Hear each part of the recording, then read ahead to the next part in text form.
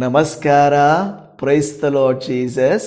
ಎಲ್ಲ ನನ್ನ ಪ್ರೀತಿಯ ದೇವ ಜನರೇ, ನನ್ನ ಪ್ರೀತಿಯ ಸಹೋದರರೇ, ದೇವಭಕ್ತರೇ, ನಿಮ್ಮೆಲ್ಲರಿಗೂ ಮರಣವನ್ನು ಜಯಿಸಿ ಪುನರುತ್ಥಾನವಾದಂಥ ಯೇಸು ಕ್ರಿಸ್ತನ ಅತಿಶ್ರೇಷ್ಠವಾದ ಜೀವಂತ ನಾಮದಲ್ಲಿ ವಂದಿಸುತ್ತೇನೆ. ಹೇಗಿದ್ದೀರಾ? ನೀವೆಲ್ಲರೂ ಚೆನ್ನಾಗಿದ್ದೀರಲ್ವ? ಈ ದಿನದ ಪ್ರಾಮುಖ್ಯತೆ ನಿಮಗೆ ಗೊತ್ತಿದೆ ತಾನೆ. ಆದರೆ ನೀವು ನಾನು ತಿಳಿದಿರುವುದಕ್ಕಿಂತಲೂ ಅತ್ಯಧಿಕವಾದಂಥ ರಹಸ್ಯಗಳು ದೇವರ ವಾಕ್ಯದಲ್ಲಿ ಇದ್ದಾವೆ. ಅನೇಕ ಸಂದರ್ಭದಲ್ಲಿ ಯಾವುದೋ ದಿನಗಳನ್ನು ನಾವು ಪ್ರಾಮುಖ್ಯ ಎಂದು ಎಣಿಸುತ್ತೇವೆ. ಯೇಸು ಕ್ರಿಸ್ತನ ಜನನ ದಿನಕ್ಕಿಂತಲೂ ಯೇಸುವಿನ ಜೀವಂತ ದಿನ, ಈ ದಿನವು ಬಹಳ ಶ್ರೇಷ್ಠವಾದದ್ದು. ಯೇಸು ಕ್ರಿಸ್ತನ ಮರಣ ದಿನಕ್ಕಿಂತಲೂ ಈ ದಿನವು ಬಹಳ ಪ್ರಾಮುಖ್ಯವಾದದ್ದು. ಅದೇನು ಪಾಸ್ಟ್ರೆ ಎಂದು ಹೇಳುತ್ತೀರಾ? ದೇವಜನವೇ, ಎಷ್ಟೋ ಜನರು ಭೂಮಿಯ ಮೇಲೆ ಜನಿಸಿದರು, ಸಾಧಿಸಿದರು, ಅದ್ಭುತಗಳನ್ನು ಮಾಡಿದರು, ಆಶ್ಚರ್ಯಗಳನ್ನು ಕೂಡ ಮಾಡಿದರು. ಯಾಕೆ ಹಳೆಯ ಒಡಂಬಡಿಕೆಯಲ್ಲಿ ಮೋಶೆ, ಎಲಿಯ, ಎಲೀಷಾ ಇಂಥವರು ಅದ್ಭುತಗಳನ್ನು ಮಾಡಲಿಲ್ಲವಾ? ಎಷ್ಟೋ ಜನರು ಮರಣದಿಂದ ಎಬ್ಬಿಸಲಿಲ್ಲವ? ಆಶ್ಚರ್ಯಗಳನ್ನು ಮಾಡಲಿಲ್ಲವ? ಆದರೆ ಜನಿಸಿದ್ದು, ಅದ್ಭುತಗಳನ್ನು ಮಾಡಿದ್ದು, ಮರಣಿಸಿದ್ದು ಇದ್ಯಾವುದೂ ಮುಖ್ಯ ಅಲ್ಲ.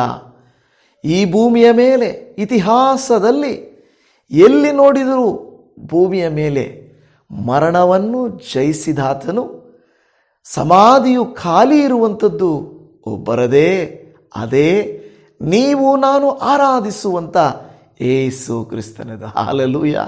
ನಾವೆಷ್ಟು ಸಂತೋಷಿಸಬೇಕಲ್ಲವ, ಎಷ್ಟು ಆನಂದ ಪಡಬೇಕಲ್ಲವ.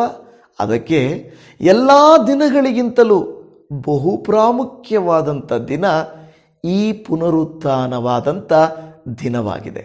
ಇಷ್ಟಕ್ಕೆ ಈ ಸಂದೇಶ ಮುಗಿಯುವುದಿಲ್ಲ. ಇವತ್ತಿನ ಸಂದೇಶ ದೇವರಾತ್ಮನ ಪ್ರೇರೇಪಣೆಯಿಂದ ಇರುವಂಥದ್ದು ಆಗಿದೆ. ಅದಕ್ಕಿಂತ ಮೊದಲು ನಿಮಗೆ ಒಂದು ವಿಷಯವನ್ನು ನಾನು ಕೇಳಿಕೊಳ್ಳುತ್ತೇನೆ.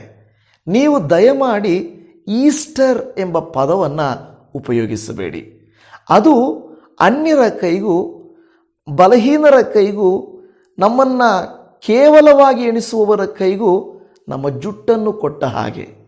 ಅದರಲ್ಲಿರುವಂಥ ಕಾರ್ಯಗಳನ್ನು ತಿಳಿದು ನಮಗೆ ಇನ್ನೂ ಬೈಬಲ್ ಗೊತ್ತಿಲ್ಲ ಎಂದು ನಮ್ಮನ್ನು ಹೀಯಾಳಿಸುತ್ತಾರೆ. ಬದಲಾಗಿ ಹ್ಯಾಪಿ ಈಸ್ಟರ್ ಅನ್ನುವುದಕ್ಕಿಂತ ಬದಲಾಗಿ ಹ್ಯಾಪಿ ರೆಸರೆಕ್ಷನ್ ಡೇ, ಹ್ಯಾಪಿ ಪುನರುತ್ಥಾನ ದಿನವೆಂದು ನೀವು ವಿಶ್ ಮಾಡಿಕೊಳ್ಳಿ, ಸಂತೋಷಪಡಿ. ಈಸ್ಟರ್ ಎಂಬುದನ್ನು ಅವಾಯ್ಡ್ ಮಾಡಿ. ಹಾಗಾದರೆ ದೇವರಾತ್ಮನು ಇವತ್ತು ನಿಮಗೂ ನನಗೂ ತಿಳಿಸುವ ಅತಿ ಶ್ರೇಷ್ಠವಾದಂಥ ಒಂದು ದೊಡ್ಡ ವಾಕ್ಯ ಯಾವುದು ಗೊತ್ತಾ? ಫಿಲಿಪ್ಪಿಯವರಿಗೆ ಬರೆದ ಪತ್ರಿಕೆ 3ನೇ ಅಧ್ಯಾಯ ಅದರ 10ನೇ ವಾಕ್ಯ.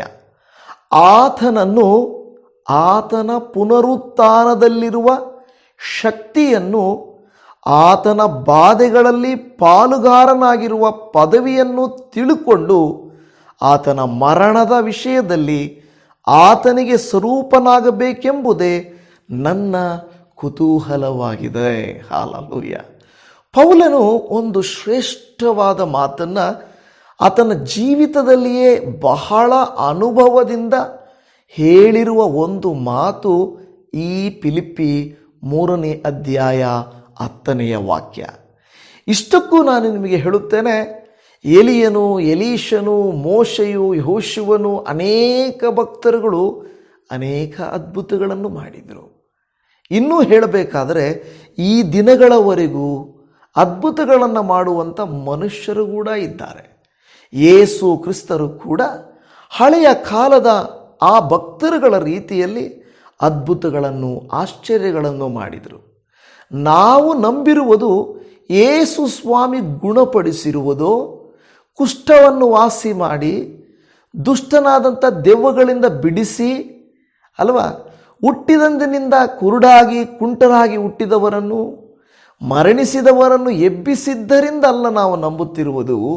ಇಲ್ಲವೇ ಯೇಸುವನ್ನು ಆತನನ್ನು ಹಿಂಸಿಸಿ ಕ್ರೂರತ್ವದಿಂದ ಶಿಲುಬೆಗೆ ಹಾಕಿರುವುದರಿಂದಲೂ ಅಲ್ಲ, ಆತನನ್ನು ಸಮಾಧಿ ಮಾಡಿದ್ದರಿಂದಲೂ ಅಲ್ಲ, ಬದಲಾಗಿ ಸಮಾಧಿಯು ಕೂಡ ಆತನನ್ನು ಹಿಡಿದಿಡಲಿಕ್ಕೆ ಸಾಧ್ಯವಾಗದೆ, ಮರಣವು ಕೂಡ ಆತನನ್ನು ಹಿಡಿದಿಡಲಿಕ್ಕೆ ಸಾಧ್ಯವಾಗದೆ, ಆತನು ಮರಣವನ್ನು ಜಯಿಸಿ ಪುನರುತ್ಥಾನವಾಗಿ ಆತನು ಮರಣದ ಕೊಂಡಿಯನ್ನು ಮುರಿದು ಸೈತಾನನ ತಲೆಯನ್ನು ಜಜ್ಜಿ, ಹಾಲೆಲೂಯ ಸ್ತೋತ್ರ, ಆತನು ಈ ಪಾಪಕ್ಕೂ ಈ ಮರಣಕ್ಕೂ ಮನುಷ್ಯರ ಬಿಡುಗಡೆ ಇಲ್ಲದ ಕಷ್ಟಕ್ಕೂ ಪರಿಷ್ಕಾರವನ್ನು ತಂದುಕೊಟ್ಟಂಥ ಯೇಸು ಕ್ರಿಸ್ತನ ಕುರಿತಾಗಿರುವಂಥ ಆತನಲ್ಲಿರುವಂಥ ಒಂದು ಅದ್ಭುತವಾದಂಥ ಶಕ್ತಿಯ ಕುರಿತು ನಾವು ಮಾತನಾಡಿಕೊಳ್ಳುತ್ತಾ ಇದ್ದೇವೆ. ನೋಡುವವರು ಇದನ್ನೊಂದು ಹಬ್ಬ, ಒಳ್ಳೆಯ ದಿನ, ಯೇಸು ಎದ್ದ ದಿನ, ಇನ್ನೂ ಅನೇಕ ಮೂಢನಂಬಿಕೆಗಳು, ಪದ್ಧತಿಗಳು, ಸಂಪ್ರದಾಯಗಳಲ್ಲಿದ್ದಾರೆ. ದಯಮಾಡಿ ನನ್ನ ಮಾತನ್ನು ಅರ್ಥ ಮಾಡಿಕೊಳ್ಳಿ. ನೀವು ನಾನು ಪ್ರತಿನಿತ್ಯ ವಾಕ್ಯ ಕೇಳಬೇಕು, ಬೆಳೆಯಲಿಕ್ಕೆ ಕೇಳಬೇಕು, ತಿಳಿಯಲಿಕ್ಕೆ ಕೇಳಬೇಕು, ಮಾರ್ಪಡಲಿಕ್ಕೆ ಕೇಳಬೇಕೇ ಹೊರತು ನನ್ನ ಸಭೆ ಪ್ರಾರ್ಥನೆ, ನನ್ನ ಸೇವಕನ ಪ್ರಾರ್ಥನೆ ಅವರು ಹೆಂಗೇ ಹೇಳಲಿ, ಏನೇ ಹೇಳಲಿ, ಅದೇನು ಹೇಳ್ತಾರಲ್ಲ, ಎತ್ತು ಹೂಗುಟ್ಟ ಹಾಗೆ ನಾನು ಅಂದ್ಕೊಂಡೇ ಇರುತ್ತೀನಿ ಎಂದು ಇರಬೇಡಿರಿ, ವಿಷಯಗಳನ್ನು ತಿಳಿದುಕೊಳ್ಳಿರಿ. ಅದಕ್ಕೆ ನಾನು ಹೇಳೋದು, ನಮ್ಮನ್ನು ವಿರೋಧಿಸುವವರ ಕೈಗೆ ನಮ್ಮ ಜುಟ್ಟು ಕೊಡಬಾರದು. ಈಸ್ಟರ್ ಎಂಬ ಪದ ಅನ್ಯ ದೇವತೆಗಳು ಸಂಪ್ರದಾಯಕ್ಕೆ ಸಂಬಂಧಪಟ್ಟದ್ದೆಂದು ಎಗರಾಡುತ್ತಿರುವಾಗ ಸುಮ್ಮನೆ ಯಾಕೆ ಅವರ ಕೈಗೆ ನೀವು ಇದಾಗ್ತೀರಾ? ಪುನರುತ್ಥಾನ ಭಾನುವಾರದ ಶುಭಾಶಯಗಳು ಎಂದು ಹೇಳ್ರಿ, ಹ್ಯಾಪಿ ರೆಸರೆಕ್ಷನ್ ಡೇ ಅಂತ ಹೇಳ್ರಿ. ಯಾಕೆಂದರೆ ನಮಗಾಗಿ ಪುನರುತ್ಥಾನವಾದಂಥ ದೇವರ ಶಕ್ತಿಯನ್ನು ಇವತ್ತು ವಾಕ್ಯದ ಮೂಲಕವಾಗಿ ನಾವು ನೋಡಿಕೊಳ್ಳಲಿಕ್ಕೆ ಹೋಗುತ್ತಾ ಇದ್ದೇವೆ. ಈ ಫಿಲಿಪ್ಪಿ 3ನೇ ಅಧ್ಯಾಯ 10ನೇ ವಾಕ್ಯವನ್ನು ನೀವು ನೋಡುವುದಾದರೆ ಅಲ್ಲಿ ಹೀಗೆ ಬರೆದಿದೆ, ಆತನನ್ನು, ಆತನ ಪುನರುತ್ಥಾನದಲ್ಲಿರುವ ಶಕ್ತಿಯನ್ನು, the power of risen God, the power of risen God, ಪುನರುತ್ಥಾನವಾದಂಥ ಯೇಸು ಕ್ರಿಸ್ತನಲ್ಲಿರುವಂಥ ಶಕ್ತಿಯ ಕುರಿತಾಗಿ ನಾವು ಧ್ಯಾನ ಮಾಡುತ್ತಾ ಇದ್ದೇವೆ. ಈಗ ನಿಮಗೊಂದು ಕ್ವಶನ್ ಕೇಳುತ್ತೇನೆ. ಯೇಸು ಸ್ವಾಮಿ ಮರಣಿಸಿರುವುದಕ್ಕಿಂತ ಹಿಂದೆ, ಮರಣಿಸುವುದಕ್ಕಿಂತ ಮುಂಚೆ ಅದ್ಭುತಗಳನ್ನು ಮಾಡಿದ್ರಲ್ವಾ? ಯೇಸು ಮರಣಿಸಿ ಪುನರುತ್ಥಾನವಾದ ಮೇಲೆ ಏನು ನಡೆಯಿತು, ಏನು ನಡೆದಿಲ್ಲ ಅಂತ ಅಂದುಕೊಳ್ತಾ ಇದ್ದೀರಾ? ನೀವು ಅರ್ಥ ಮಾಡಿಕೊಳ್ಳದೇ ಇರುವಂಥದ್ದು. ದೇವಜನವೇ, ಯೇಸು ಸ್ವಾಮಿ ಶಾರೀರಿಕವಾಗಿ ಇರುವಾಗ ಹಳೆಯ ಒಡಂಬಡಿಕೆಯ ಭಕ್ತರುಗಳಂತೆ ಅದ್ಭುತಗಳನ್ನು ಮಾಡಿದರು.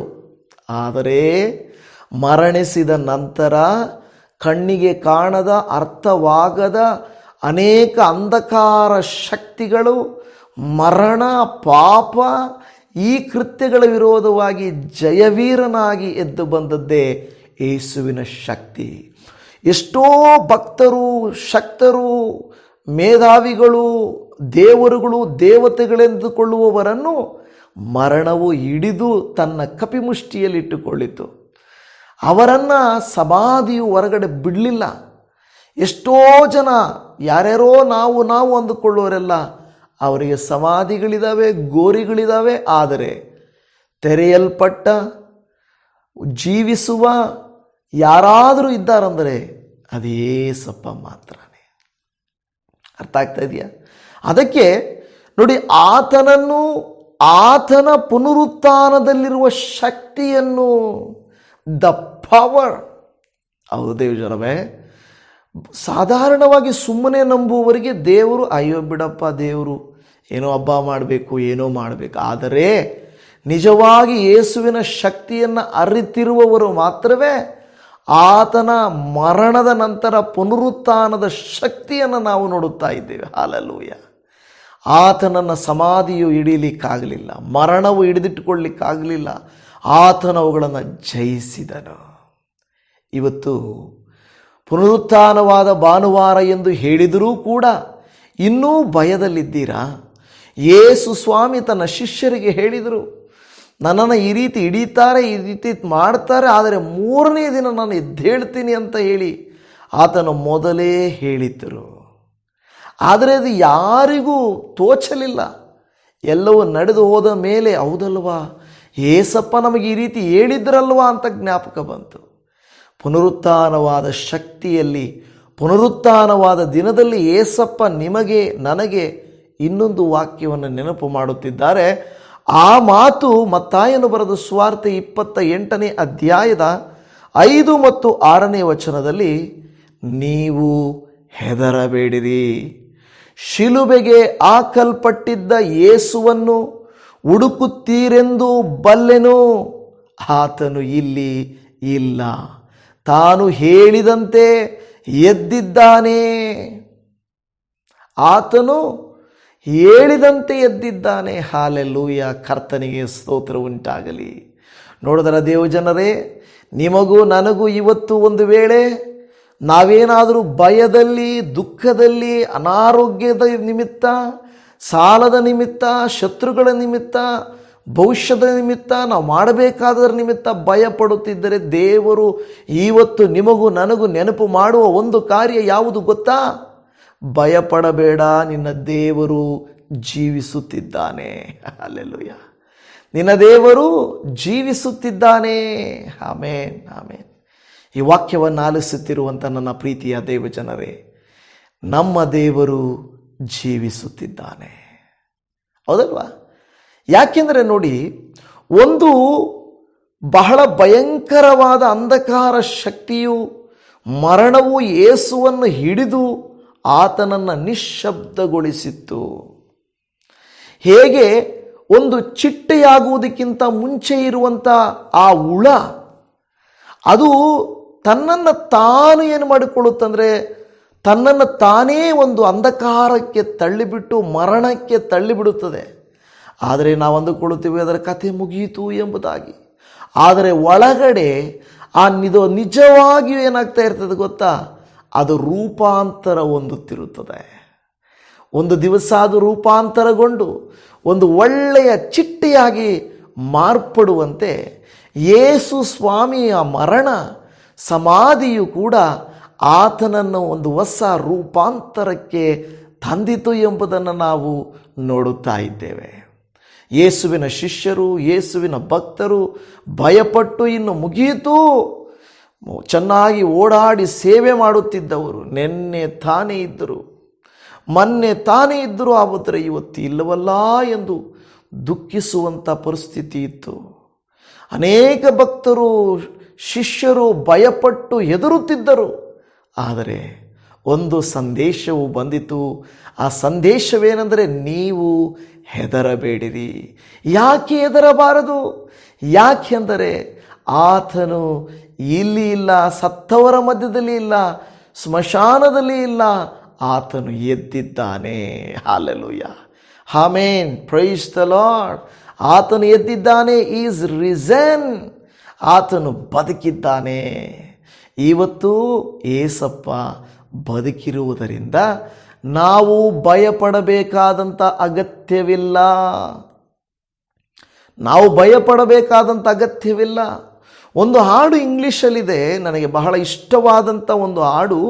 ಅದನ್ನು ಬಿಲ್ ಆ್ಯಂಡ್ ಗ್ಲೋರಿಯಾ ಗೈಟರ್ ಅನ್ನುವಂಥವರು ಬರೆದಿರುವಂಥ ಹಾಡು. ಆ ಹಾಡು ಹೇಳ್ತದಂದರೆ, because he lives I can face tomorrow. ಆತನು ಜೀವಿಸುವುದರಿಂದ ನಾಳೆಯನ್ನು ನಾನು ಧೈರ್ಯವಾಗಿ ಎದುರಿಸುತ್ತೇನೆ. Because he lives all fear is gone. ಎಲ್ಲ ಭಯವು ನನ್ನನ್ನು ಬಿಟ್ಟು ಹೋಯಿತು. Because I know he holds the future and is life is worth the living just because he lives ಅಂತ ಹೇಳ್ತದೆ. ಭವಿಷ್ಯವನ್ನು ಆತನು ತನ್ನ ಕೈಯಲ್ಲಿ ಹಿಡಿದಿರುವುದರಿಂದ, ಆಮೇನ್, ನಾನು ಹೇಳ್ತದೆ, ನಾನು ಜೀವಿಸುವುದು ಬೆಲೆ ಉಳ್ಳದ್ದು ಎಂಬುದಾಗಿ. ಹಾಡನ್ನು ಚೆನ್ನಾಗಿ ನೀವು ಒಂದು ವೇಳೆ ಕೇಳಿಸ್ಕೊಡಿ. Because he lives I can face tomorrow. Because he lives all fear is gone. Because I know, yes I know, he holds the future. ಅದು ಎಷ್ಟು ಚೆನ್ನಾಗಿದೆ ಅಂದರೆ ಹಾಡು. ಇಂಗ್ಲೀಷ್ ಹಾಡು ಸ್ಟ್ರೈಕ್ ಬರ್ಬೋದು, ಯೂಟ್ಯೂಬ್ ಒಪ್ಕೊಳ್ಳೋದಿಲ್ಲ ಸಾಂಗ್ಸ್ನ. ಆದರೆ ನಾನು ಹೇಳೋದಂದರೆ, ಬಿಕಾಸ್ ಈ ಲಿವ್ಸ್ ಅಂದರೆ ಆತನು ಬದುಕಿರುವುದರಿಂದ ನಾನು ಭಯಪಡುವುದಿಲ್ಲ. ಈ ಮಾತನ್ನು ನಿಮಗೆ ನಾನು ತಿಳಿಸಬೇಕೆಂದು ದೇವರಾತ್ಮನು ಪ್ರೇರೇಪಿಸಿದನು. Because he lives all fear is gone. ಆತನು ಜೀವಿಸುವುದರಿಂದ ಎಲ್ಲ ಭಯವೂ ಇಲ್ಲದೆ ಹೋಯಿತು. ನಿಮ್ಮಲ್ಲಿ ಭಯವಿದೆಯಾ? ಹಾಗಾದರೆ ಕರ್ತನು ಬದುಕಿದ್ದಾನೆ ಎನ್ನುವುದಕ್ಕೆ ಅರ್ಥವಿಲ್ಲ. ಆತನು ಬದುಕಿದ್ದರೆ ನಿಮ್ಮನ್ನು ಅನಾಥರನ್ನಾಗಿ ಬಿಡುವುದಿಲ್ಲ, ಸೋತು ಬಿದ್ದು ಹೋಗುವುದಕ್ಕೆ ಬಿಡುವುದಿಲ್ಲ, ಮುಕ್ತಾಯವಂತೂ ಆಗುವುದಿಲ್ಲ. ಇಂಟರ್ವೆಲ್ ಬರಬಹುದು, ಆದರೆ ಮುಕ್ತಾಯ ಬರುವುದಿಲ್ಲ. ಯಾಕೆಂದರೆ ಇಂಟರ್ವೆಲ್ವರೆಗೂ ನಿಮಗೆ ಕಷ್ಟಗಳು, ಪ್ರಯಾಸಗಳು ಬರಬಹುದು. ಮುಕ್ತಾಯದಲ್ಲಿ ಆತನು ಶುಭವನ್ನು ತೋರಿಸುವ ದೇವರಾಗಿದ್ದಾನೆ. ಇವತ್ತು ನನ್ನ ಜೀವಿತಗಳಲ್ಲಿ ಅಶುಭಗಳು, ನೋವುಗಳು, ಭಯಗಳು, ಬಲಹೀನತೆಗಳು, ತೊಂದರೆಗಳು ನಿಮ್ಮನ್ನು ಕಾಡುತ್ತಿದ್ದರೆ ಒಂದೇ ಒಂದು ಮಾತನ್ನು ಹೇಳ್ರಿ, ಅಪ್ಪ ನೀನು ಜೀವಿಸುವುದರಿಂದ ನಾನು ಭಯಪಡುವುದಿಲ್ಲ. ಯಾಕೆಂದರೆ ಭವಿಷ್ಯವು ನಿನ್ನ ಕೈಯಲ್ಲಿರುವುದರಿಂದ ನಾನು ಭಯಪಡುವುದಿಲ್ಲ. ಯಾಕೆಂದರೆ ಭವಿಷ್ಯವನ್ನು ಅರಿತಾತನು ನಿಮಗೆ ಸಹಾಯ ಮಾಡಲಿಕ್ಕೆ ಶಕ್ತನಾಗಿದ್ದಾನೆ. ನಾನು ಪ್ರಾರ್ಥಿಸುತ್ತೇನೆ, ಒಬ್ಬ ಸೇವಕನಾಗಿ, ಒಬ್ಬ ಸಹೋದರನಾಗಿ, ಒಬ್ಬ ಮಗನಾಗಿ ನಾನು ನಿಮಗಾಗಿ ಪ್ರಾರ್ಥಿಸ್ತೇನೆ. ಆತನು ಬದುಕಿರುವುದರಿಂದ ನೀವು ಭಯಪಡಬೇಡ್ರಿ. ಹಲ್ಲೆಲೂಯ. ಆತನು ಬದುಕಿರುವುದರಿಂದ ನೀವು ಭಯಪಡಬೇಡ್ರಿ. ನೀವು ಭಯಪಟ್ಟರೆ ಆತನು ಸತ್ತು ಹೋದವನಂತೆ, ಬದುಕಿ ಬಂದವನಂತೆ ಅಲ್ಲವೇ ಅಲ್ಲ. ಈ ಮಾತನ್ನು ನಾವು ನೋಡುವಾಗ ಹಲ್ಲೆಲೂಯ, ಎಂಥ ಒಂದು ಭಯಂಕರವಾದಂಥ ವಾಕ್ಯ. ನೀವು ಹೆದರಬೇಡಿರಿ, ಯಾಕೆಂದರೆ ನೀವು ಹುಡುಕುತ್ತಿರುವಂಥ ಯೇಸು, ನೀವು ಶಿಲುಬೆಗೆ ಹಾಕಲ್ಪಟ್ಟ ಯೇಸು ಇಲ್ಲಿಲ್ಲ.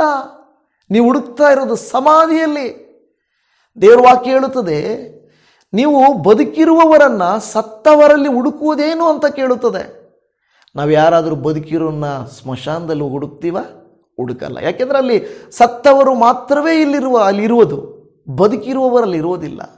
ಮತ್ತು ಬದುಕಿರುವವರ ಮಧ್ಯದಲ್ಲಿ ಸತ್ತವರನ್ನ ಇಡೋದಿಲ್ಲ.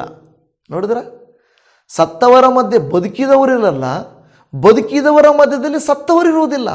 ಆದರೆ ಯೇಸು ಸ್ವಾಮಿ ಆತನು ಬದುಕಿದ್ದಾನೆ, ಆತನು ಜೀವಂತವಾಗಿದ್ದಾನೆ. ಹಾಲೆಲೂಯ. ಇಲ್ಲಿ ನೋಡ್ರಿ, ಯೇಸು ಕ್ರಿಸ್ತನ ಪುನರುತ್ಥಾನದ ಶಕ್ತಿ ಯಾವ ರೀತಿ ನಾವು ಅನುಭವ ಮಾಡುತ್ತೇವೆ ಅಂತ ಹೇಳಿದರೆ, ಒಂದು ನಮ್ಮ ಜೀವಿತದಲ್ಲಿ ಅನುಭವ ಮಾಡೋದು ದೀಕ್ಷಾಸ್ನಾನ ತೆಗೆದುಕೊಂಡಾಗ. ಯಾವಾಗ ನಾವು ದೀಕ್ಷಾಸ್ನಾನ ತೆಗೆದುಕೊಳ್ಳುತ್ತೇವೋ ಆಗ ಆ ಪುನರುತ್ಥಾನದ ಶಕ್ತಿಯನ್ನು ನಾವು ಅರ್ಥ ಮಾಡಿಕೊಳ್ಳುತ್ತೇವೆ. ದೇವರ ವಾಕ್ಯದಲ್ಲಿ ರೋಮಾಪುರದವರಿಗೆ ಬರೆದ ಪತ್ರಿಕೆ 6ನೇ ಅಧ್ಯಾಯ 4ನೇ ವಚನದಲ್ಲಿ, ನಾವು ದೀಕ್ಷಾಸ್ನಾನ ಮಾಡಿಸಿಕೊಂಡಾಗ ಆತನ ಮರಣದಲ್ಲಿ ಪಾಲುಗಾರರಾಗಿ ಆತನೊಂದಿಗೆ ಉಣಲ್ಪಟ್ಟೆವು.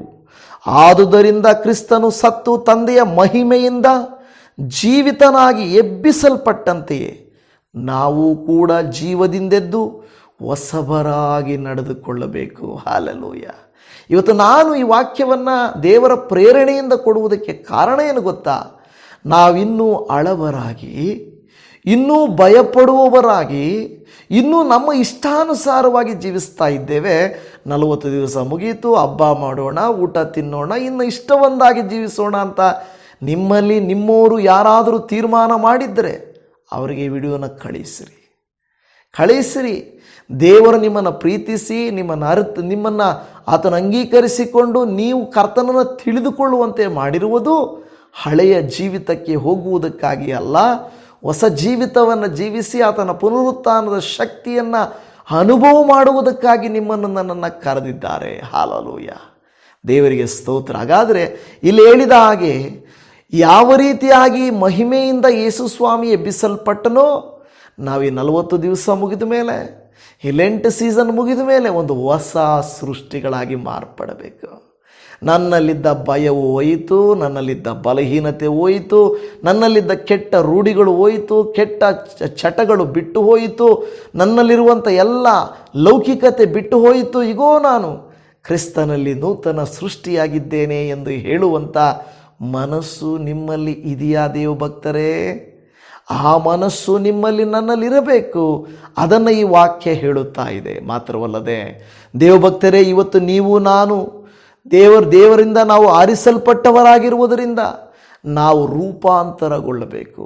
ಯೇಸು ಸ್ವಾಮಿ ಮನುಷ್ಯನಾಗಿ ಶರೀರದಲ್ಲಿ ಬದುಕಿರುವುದಕ್ಕಿಂತಲೂ ಆತನು ಮರಣಿಸಿ ಪುನರುತ್ಥಾನವಾದಾಗ ಕೆಲವು ವ್ಯತ್ಯಾಸದ ಕೃತ್ಯಗಳನ್ನು ನಾವು ನೋಡುತ್ತಾ ಇದ್ದೇವೆ. ಮೊದಲ ಯೋಹಾನನ ಪತ್ರಿಕೆ 3ನೇ ಅಧ್ಯಾಯ 2ನೇ ವಚನದಲ್ಲಿ, ಪ್ರಿಯರೇ, ಈಗ ದೇವರ ಮಕ್ಕಳಾಗಿದ್ದೇವೆ, ಮುಂದೆ ಏನಾಗುವೆವೋ ಅದು ಇನ್ನೂ ಪ್ರತ್ಯಕ್ಷವಾಗಲಿಲ್ಲ. ಕ್ರಿಸ್ತನು ಪ್ರತ್ಯಕ್ಷನಾದರೆ ನಾವು ಆತನ ಆಗಿರುವೆವೆಂದು ಬಲ್ಲೆವು. ನಾವು ಆತನಂತೆ ಇರುವೆವು ಎಂದು ಬಲ್ಲೆವು. ಹಾಗಾದರೆ ನಾವು ಕ್ರಿಸ್ತನಂತೆ ಮಾರ್ಪಡುತ್ತೇವಾ? ನೂತನ ಸೃಷ್ಟಿಯಾಗಿ ರೂಪಾಂತರಗೊಳ್ಳುತ್ತೇವಾ? ದೇವಜನರೇ, ನೀವು ನಾನು ಏನು ಮಾಡಬೇಕು? ಹಾಲೆಲೂಯ, ರೂಪಾಂತರಗೊಳ್ಳಬೇಕು. ಸಾಧಾರಣವಾಗಿ ನೀವು ಯೇಸುವ ಮರಣಿಸುವ ತನಕ ಇದ್ದ ಕ್ರೈಸ್ತರಂತೆ ನೀವು ನಾನು ಇದ್ದೇವೆ. ಆದರೆ ಬೈಬಲ್ ಕೋರಿಕೊಳ್ಳುವುದೇನು ಗೊತ್ತಾ? ಫಿಲಿಪ್ಪಿ 3:10 ಹೇಳಿದ ಹಾಗೆ ಆತನನ್ನು, ಆತನ ಪುನರುತ್ಥಾನದ ಶಕ್ತಿಯನ್ನು ನಾವು ಅನುಭವ ಮಾಡಬೇಕು. ಉದಾಹರಣೆಯನ್ನು ನಾನು ನಿಮಗೆ ಹೇಳುತ್ತೇನೆ. ಪೇತ್ರನು ಯೇಸುವನ್ನು 3.5 ವರ್ಷ ಕಾಲ ನೋಡಿದನು. ಶಿಷ್ಯರೆಲ್ಲರೂ ನೋಡಿದರು. ಯೇಸು ಮಾಡಿದ ಕೃತ್ಯಗಳು ಆಶ್ಚರ್ಯಕರವಾಗಿಯೂ ಅದ್ಭುತಕರವಾಗಿಯೂ ಇದ್ದರು. ಆದರೆ ದೇವಜನವೇ, ಕೆಲವರು ಪ್ರಶ್ನೆ ಮಾಡ್ಬೋದು, ಬೈಬಲಲ್ಲಿ ಪೇತ್ರನು ಕೂಡ ಅದ್ಭುತ ಮಾಡಿದ್ರು ಅಲ್ವಾ? ಶಿಷ್ಯರು ಅದ್ಭುತಗಳು ಮಾಡಿದರು, ಹಳೆಯ ಕಾಲದ ಭಕ್ತರುಗಳು ಅದ್ಭುತ ಮಾಡಿದರು, ಅದಕ್ಕೂ ಯೇಸು ಸ್ವಾಮಿಗೆ ಏನು ವ್ಯತ್ಯಾಸ ಇದೆ ಅಂತ ಕೇಳ್ಬೋದು. ಆದರೆ ದೇವಜನವೇ, ನೀವು ಆಲೋಚನೆ ಮಾಡಿರಿ, ಯೇಸು ಸ್ವಾಮಿ 5 ರೊಟ್ಟಿ 2 ಮೀನು ಕೊಟ್ಟಾಗ 5,000 ಜನರು ಏನು ಮಾಡಿದ್ರು? 5,000 ಜನ ರೊಟ್ಟಿಯನ್ನು ತಿಂದು ಹೋದರು, ಮತ್ತೆ ರೊಟ್ಟಿಗಾಗಿ ಬಂದರು 5,000 ಜನರು. ಆದರೆ ಅವರಲ್ಲಿ ಮಾರ್ಪಾಡು ಬರಲಿಲ್ಲ, ಯೇಸುವನ್ನು ಅಂಗೀಕರಿಸಲಿಲ್ಲ. ಆದರೆ ಒಂದು ವಿಷಯವನ್ನು ಗಮನಿಸಿರಿ, ಪುನರುತ್ಥಾನವಾಗುವುದಕ್ಕಿಂತ ಮುಂಚೆ ಯೇಸು ಯಾರೋ ನನಗೆ ಗೊತ್ತೇ ಇಲ್ಲಪ್ಪ, ಆತನಿಗೂ ನನಗೂ ಸಂಬಂಧನೇ ಇಲ್ಲ ಅಂದ ಪೇತ್ರನು ಪುನರುತ್ಥಾನದ ಶಕ್ತಿಯನ್ನು ಹೊಂದಿಕೊಂಡವನಾಗಿ ನಂತರ ಆತನು ಪ್ರಸಂಗಿಸಲಾಗಿ ಒಂದೇ ದಿವಸ 2,000 ಜನರು ಯೇಸುವನ್ನು ಅಂಗೀಕರಿಸಿದರು. ಮತ್ತೊಂದು ದಿವಸ ಪ್ರಸಂಗಿಸಿದಾಗ 3,000 ಮತ್ತೊಂದು ಸಾರಿ 5,000, ಕ್ಷಮೆ ಇರಲಿ, 5,000, 3,000 ಜನರು ರಕ್ಷಿಸಲ್ಪಟ್ಟರು. ಯೇಸು ಸ್ವಾಮಿ ರೊಟ್ಟಿ ತಿಂದು 5,000 ಜನ ಹೊರಟೋದ್ರು. ಹಾಗೇನೆ ಕೆಲವರು ಹಿಂತಿರುಗಿ ಬಂದು ತಿರುಗಿ ರೊಟ್ಟಿಯನ್ನು ಆಶಿಸಿದರು. ಆದರೆ ಪುನರುತ್ಥಾನದ ಶಕ್ತಿ ಬಂದ ಮೇಲೆ ಪೇತ್ರನು ಪ್ರಸಂಗಿಸಿದ ಪ್ರಸಂಗದ ನಿಮಿತ್ತವಾಗಿ 2-3 ಸಾರಿ ಪ್ರಸಂಗಿಸಿದಾಗ ಸುಮಾರು 8,000 ಜನರು. ಹಾಗೆ ಮುಂದುವರಿಯಿತು. ಅನೇಕರು ಯೇಸುವನ್ನು ಅಂಗೀಕರಿಸಿದರು. ಅಂದರೆ ಅದರ ಅರ್ಥ ಏನು ಗೊತ್ತಾ? ಶಾರೀರಿಕ ಅದ್ಭುತಗಳೆಲ್ಲ ನಾವು ನೋಡಬೇಕಾಗಿರೋದು ಆತ್ಮೀಕ ಅದ್ಭುತಗಳು. ನಿಮಗೊಂದು ಸೈಟು ದೇವರು ಕೊಡಬಹುದು, ಎಕರೆ ಜಮೀನು ಕೊಡಬಹುದು, ದೊಡ್ಡ ದೊಡ್ಡ ಬಿಲ್ಡಿಂಗ್ಗಳು ಕೊಡಬಹುದು, ಒಳ್ಳೆ ಕಾರು ಕೊಡ್ಬೋದು, ಬ್ಯಾಂಕ್ ಬ್ಯಾಲೆನ್ಸ್ ದೇವರು ಕೊಡ್ಬೋದು. ಇದೆಲ್ಲವೂ ಯೇಸು ಸ್ವಾಮಿ ಶರೀರದಲ್ಲಿದ್ದಾಗ ಸಿಗುವಂಥ ಅದ್ಭುತಗಳ ರೀತಿಯಲ್ಲಿ. ಆದರೆ ಪುನರುತ್ಥಾನದ ಶಕ್ತಿ ಏನು ಗೊತ್ತಾ? ನಮ್ಮಲ್ಲಿ, ನಮ್ಮ ಜೊತೆ ಇರುವವರಲ್ಲಿ ಒಂದು ವ್ಯತ್ಯಾಸವನ್ನು ನಾವು ಕಾಣುತ್ತೇವೆ. ಕರ್ತನಿಗೆ ಸ್ತೋತ್ರ ಉಂಟಾಗಲಿ. ನಿಮ್ಮಲ್ಲಿ ಆ ಪುನರುತ್ಥಾನದ ಶಕ್ತಿ ಇದ್ದರೆ ನೀವು ಮೊದಲಿನಂತೆ ಇರುವುದಿಲ್ಲ.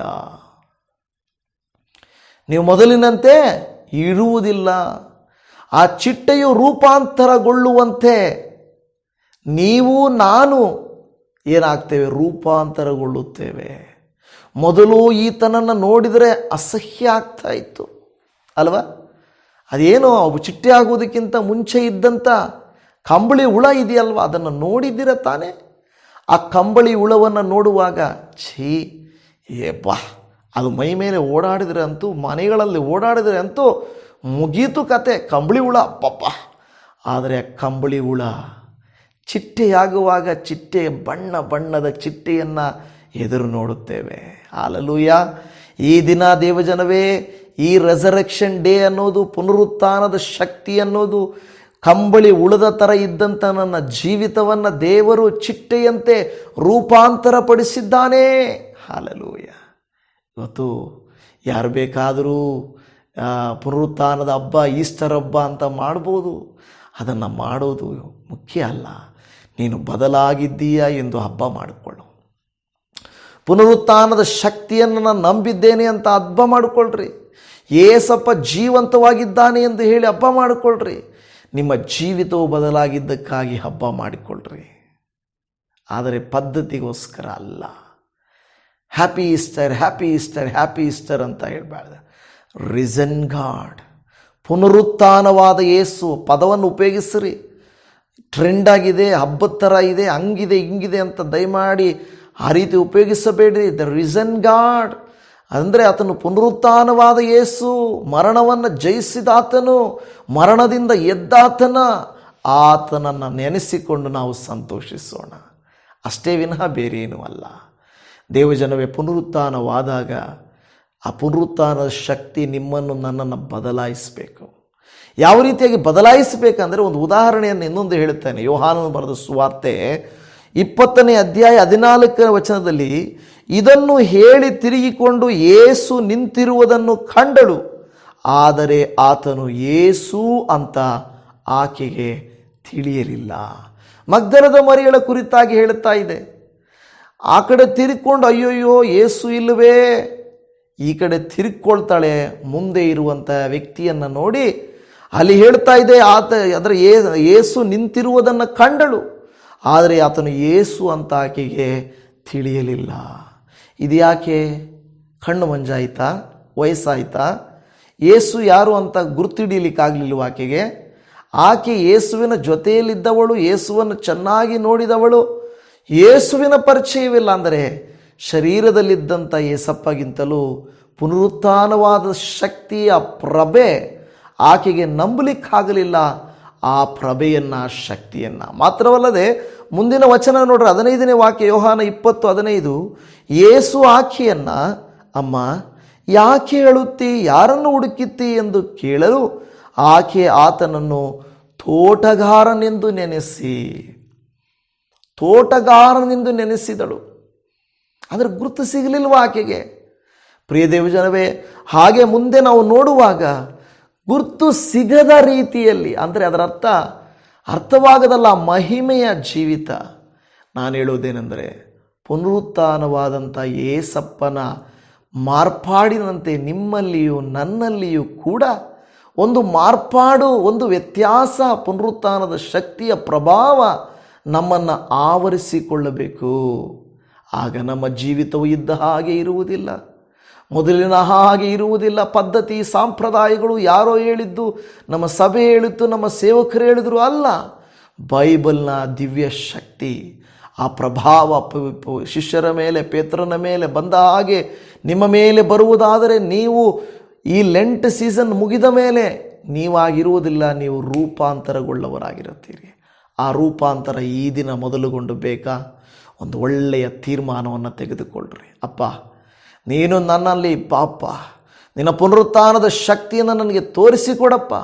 ಪೇತ್ರನಂತೆ ಯೇಸು ನನಗೆ ಯಾರೋ ಗೊತ್ತಿಲ್ಲ ಎಂದು ಅಲ್ಲಗಳೆಯುವಂಥ ಭಯದ ಸ್ಥಿತಿಯಲ್ಲಿ, ಬಲಹೀನ ಸ್ಥಿತಿಯಲ್ಲಿ, ಬಾಧೆಯ ಸ್ಥಿತಿಯಲ್ಲಿ, ಭವಿಷ್ಯವನ್ನು ಅರಿಯದ ಸ್ಥಿತಿಯಲ್ಲಿ ನಾನಿದ್ದೀನಿ.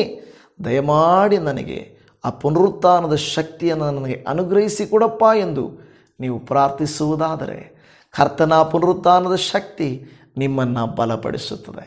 ಕರ್ತನು ತಾನೇ ಈ ವಿಡಿಯೋ ನೋಡಿದ ಪ್ರತಿಯೊಬ್ಬರು ನಿಮ್ಮಲ್ಲಿ ಮರಣವನ್ನು ಜಯಿಸಿದ, ಸಮಾಧಿಯನ್ನು ಜಯಿಸಿದ, ಪಾಪವನ್ನು ಜಯಿಸಿದ, ಅಲ್ಲ ಅದನ್ನೆಲ್ಲವನ್ನು ಜಯಿಸಿದ ಯೇಸುವಿನ ಹಾಗೆ ನೀವು ಕೂಡ ಕ್ರಿಸ್ತನಲ್ಲಿ ನಾವು ಜಯಿಸುವಂತೆ ಸಹಾಯ ಮಾಡಲಿ. ಪ್ರಾರ್ಥಿಸೋಣ. ಅಪ್ಪ, ನಿನ್ನ ಪಾದಕ್ಕೆ ಎರಗುವಂತೆ, ನಿನ್ನ ಪಾದ ಸನ್ನಿಧಿಗೆ ಬರುವಂತೆ ನಮ್ಮನ್ನು ನೀವು ಆರಿಸಿಕೊಂಡದ್ದಕ್ಕಾಗಿ ನಿಮಗೆ ಸ್ತೋತ್ರ, ಸ್ತೋತ್ರ, ಸ್ತೋತ್ರ. ಉನ್ನತರೇ, ಪರಿಶುದ್ಧನೇ, ಮರಣವನ್ನು ಜಯಿಸಿದಾತನೇ, ಮರಣದ ಕೊಂಡಿಯನ್ನು ಮುರಿದಾತನೇ, ಸೈತಾನನ ಎಲ್ಲ ಕೃತ್ಯಗಳನ್ನು ಲಯಪಡಿಸಿದಾತನೇ ಸ್ತೋತ್ರ. ಆಮೇನ್. ನೀವು ಜಯಿಸಿರುವುದರಿಂದ ನಾವು ಕೂಡ ಜಯವೀರರಾಗಿರುತ್ತೇವೆ. ಅಪ್ಪ, ನೀವು ಮರಣದ ಕೊಂಡಿಯನ್ನು ಮುರಿದಿರುವುದರಿಂದ ನಾವು ಕೂಡ ಮರಣವನ್ನು ಜಯಿಸುವುದಕ್ಕೆ ಅರ್ಹರಾಗಿದ್ದೇವೆ.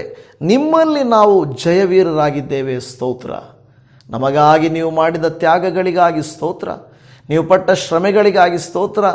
ದೇವರೇ, ಮರಣದಿಂದ ಜಯಿಸಿದಾತನೇ, ಪ್ರಭೆಯನ್ನು, ಪ್ರಭಾವವನ್ನು, ಮಾನವನ್ನು, ಘನತೆಯನ್ನು ಹೊಂದಿದವನೇ ನಿನಗೆ ಸ್ತೋತ್ರ ಸ್ವಾಮಿ. ಯಾರೆಲ್ಲ ನನ್ನೊಟ್ಟಿಗೆ ಸೇರಿ ಈ ವಿಡಿಯೋನ ನೋಡಿ, ಹೌದಪ್ಪ ನನ್ನ ದೇವರು ಸತ್ತು ಹೋದವನಲ್ಲ, ನನ್ನ ದೇವರು ಸಮಾಧಿಯಲ್ಲೇ ಇರುವವನಲ್ಲ, ನನ್ನ ದೇವರು ಕಾಣದೆ ಹೋದವನಲ್ಲ. ಪ್ರಪಂಚದಲ್ಲಿ ಯಾವ ಸಮಾಧಿಯೂ ಮುಚ್ಚಲ್ಪಡದೆ, ಯಾರು ಕೂಡ ಹಾಗೆ ಹೊರಟು ಹೋಗದೆ ಕರ್ತನೇ ದೇವರೇ ತಮ್ಮ ಜೀವಿತಗಳು ಅಡ್ರೆಸ್ಗಳಿಂದ ಹಾಗೆ ಹೋಗಿದ್ದಾರೆ. ಆದರೆ ನೀನು ದೇವರೇ ಕರ್ತನೇ ಪ್ರಪಂಚಕ್ಕೆ ಅರಿಯುವಂತೆ ಹಾಲೆಲೂಯ, ಸ್ತೋತ್ರ ಸ್ವಾಮಿ.